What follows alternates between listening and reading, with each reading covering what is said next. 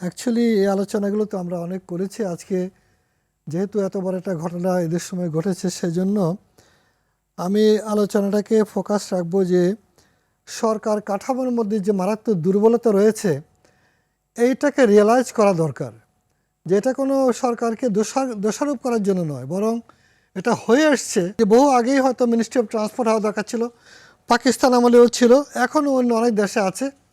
আমাদের এখানে মিনিস্ট্রিগুলো প্রশাসনিক লোক দ্বারা চলে, তার মধ্যে অনেকে, আমি যদি জাপানের উদাহরণ দিই তাহলে কিন্তু আমাদের প্রধানমন্ত্রী যেহেতু উদ্যোগ নিয়েছেন, তিনি দেখতে পারেন জাপানের জায়গাকে বললে যে তাদের এখানে কীভাবে আছে, কোরিয়াতে কীভাবে আছে, এমনকি ভিয়েতনাম আমাদের পরে স্বাধীন হয়েছে, তারা কিভাবে এত ভালো ব্যবস্থাপনা করছে। আমার মনে হয় সড়ক পরিবহনের এই টোটাল অব্যবস্থা, যেটাকে প্রয়াত অর্থমন্ত্রী আবুল মাল আব্দুল মুহিত সাহেব নারকীয় বলছিলেন, এই অবস্থা থেকে যদি সরকার সঠিক উদ্যোগ নিয়ে বেরিয়ে আসতে পারে কিংবা উন্নতি করতে পারে, তাহলে সরকারের বড় রকমের একটা ইমেজ ডেভেলপ করবে। কারণ আমাদের ট্রাফিক ব্যবস্থাকে দেখলে বোঝা যায় আমরা কতটুকু মিসম্যানেজড। হোল কান্ট্রি, এটা সিম্বলাইজ করা যেতে পারে যে টোটাল কান্ট্রির অবস্থা কি। এই বাড়ির বসার ঘরে গেলে তো বোঝা যায় যে এই বাড়ির কালচারটা কীরকম, তারা কী লেভেলের মানুষ। ফলে এইটা একটা মারাত্মক বিষয়। এবং শুধু যে প্রতি বছর আমরা হাজারো মানুষের মৃত্যু হচ্ছে তা না, এর কারণে কিন্তু তারা বিনিয়োগ পাচ্ছে না। আমি যেহেতু জাপানিদের উপদেষ্টা, আমি দেখছি যে তারা আমাদের প্রাইভেটলি বলে যে তোমাদের ট্রাফিক ম্যানেজ করতে পারো না। আজকে আমরা লক্ষ কোটি টাকার ট্রেনে ইনভেস্ট করেছি, এবং এই ট্রেনের জন্য যখন ট্রেনকে বন্ধ করতে চেয়েছিল এখন থেকে 30 বছর আগে, তখন আমি কিন্তু পার্সোনালি একা পুরা এডিবির মিটিংয়ে উপস্থিত থেকে বলছি যে ট্রেন ছাড়া চলবে না, ট্রেন থাকতে হবে। কেননা জাপানের মতো দেশে যেখানে এত গাড়ি উৎপাদন, সেখানে কিন্তু ট্রেন হচ্ছে প্রধান বাহক, মাটির নিচে মাটির উপরে পাবলিক ট্রান্সপোর্ট। অতএব একটা আধুনিক রাষ্ট্রবিন্যাস স্বাধীন জনগোষ্ঠীর জন্য আপনার হাউজিং, আবাসন, শিক্ষা ইত্যাদি এগুলো হচ্ছে মৌলিক প্রয়োজন। আমার এখানে যে প্রশ্ন আপনি করেছেন, যেমন মিনিস্ট্রি অফ ট্রান্সপোর্ট হিসাবে যদি, কিংবা সড়ক মিনিস্ট্রি অফ রোড ট্রান্সপোর্ট যদি ধরেন, রোড রেলকে একসাথে করেন, তাহলে কিন্তু এটাকে ইমিডিয়েটলি পুনর্বিন্যাসিত করা উচিত, রিফর্ম করা উচিত, রিস্ট্রাকচার করা উচিত। পাশাপাশি রোড ট্রান্সপোর্ট অথরিটি নাম দিয়েছে, ওর কিন্তু রোডে কোনো অথরিটি নাই। তার ফাংশন কি? Vehicle licensing, driving licensing, fitness, এটাও লাইসেন্সিং। ব্রিটেনে এটা বলা হয় DVLA, drivers and vehicle licensing agency, ইংল্যান্ডে।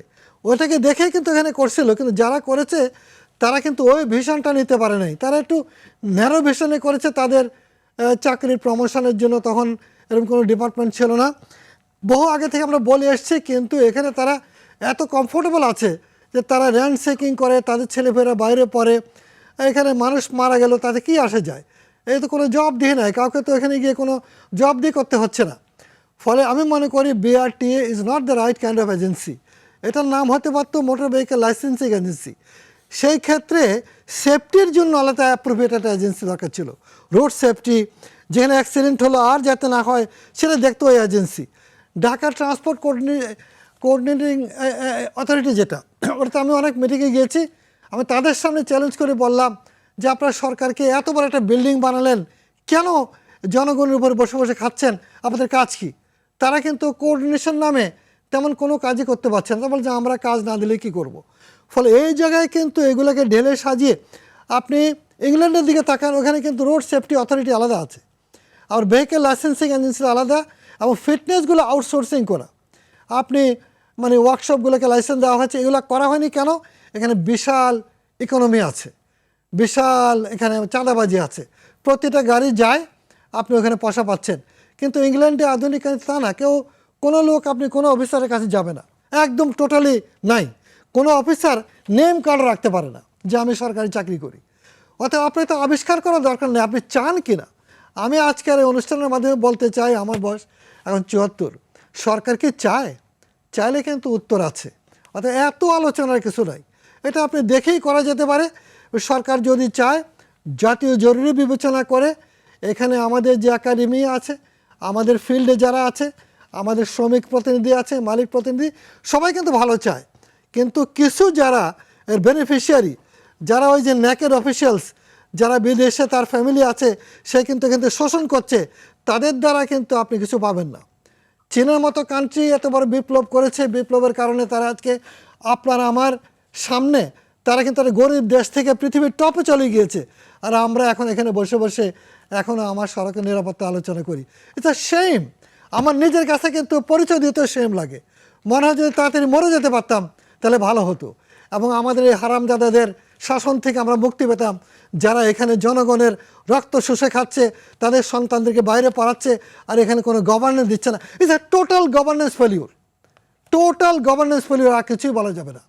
কিন্তু প্রশ্ন হচ্ছে, নতুন সরকার এসছে, আমরা আশা করি একটা রক্তাক্ত পথে তারা বেয়ে এসছেন।